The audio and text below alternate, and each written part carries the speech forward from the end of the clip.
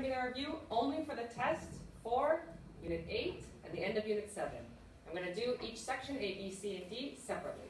So, just looking towards the test, right? When we're talking about the different kingdoms, all you need to be able to do is recognize what needs to go with each kingdom. I'm not going to ask you to tell me all the things that happened in Castilla, for example. No, I'm going to give you the things that happened, and you're going to have to tell me, do they go in Castilla, do they go in Navarra, like that.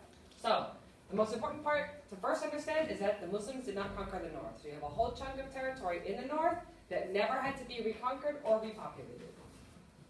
Okay, the first kingdom we're looking at is León and Asturias. The Astures were Hispano-Celtic inhabitants of what is now Asturias, León, and northern Zamora. We know they were in Spain by the 6th century BC, so they arrived before Christ. And in the 6th century AD, they were conquered by the Visigoths and absorbed into their kingdom, right? So 12 centuries later, before and after Christ. They were a horse-riding, cattle-raising people who lived in circular huts, just like we studied in Unit 12 of first semester, right? Don Pelayo was their leader, and we already know him from the 722 Battle of Covadonga, which was the beginning of the Reconquest, and Alfonso I was the first Asturian king. In the 10th century, under Alfonso III, the kingdom expanded to the Duero Valley, where they started calling it the Kingdom of León. So note, if you see the Duero Valley on the exam, just think about where it is geographically and what kingdom it would belong to.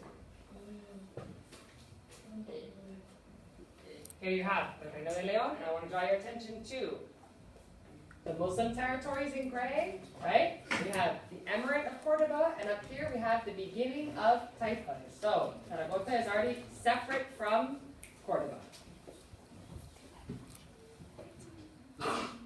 Okay, that was in Asturias and León. Now, looking at Castilla, it was governed by León, so León was more powerful and contained Castilla until the 10th century when it became independent. In the 11th century, it became a kingdom in its own right, with Fernando I as king. So you notice on the map, you have León and Castilla next to it. In the 12th century, Portugal, which was a county of the Kingdom of Castilla, gained independence and became a kingdom, right? So we had Castilla here, and now Portugal separate. In 1230, Castilla and León united under Fernando III and became the Crown of Castilla. So this is what most of the time that we're looking at, this is what Castilla looked like, when it was at its height, right, before it joined with Aragon.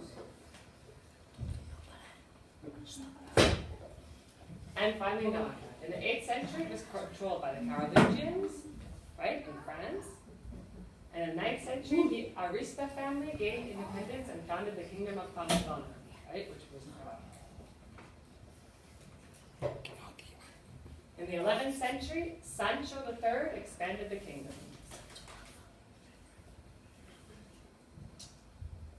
And last, Aragon.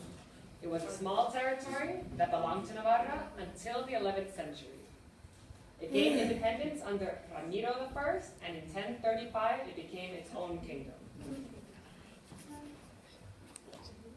In the 12th century, the Kingdom of Aragon united with the County of Barcelona to form the Crown of Aragon. So this is when it becomes big and powerful, and later expands. And now you have all of them. This is the map that I would ask if it comes on the exam, as far as where each kingdom was found.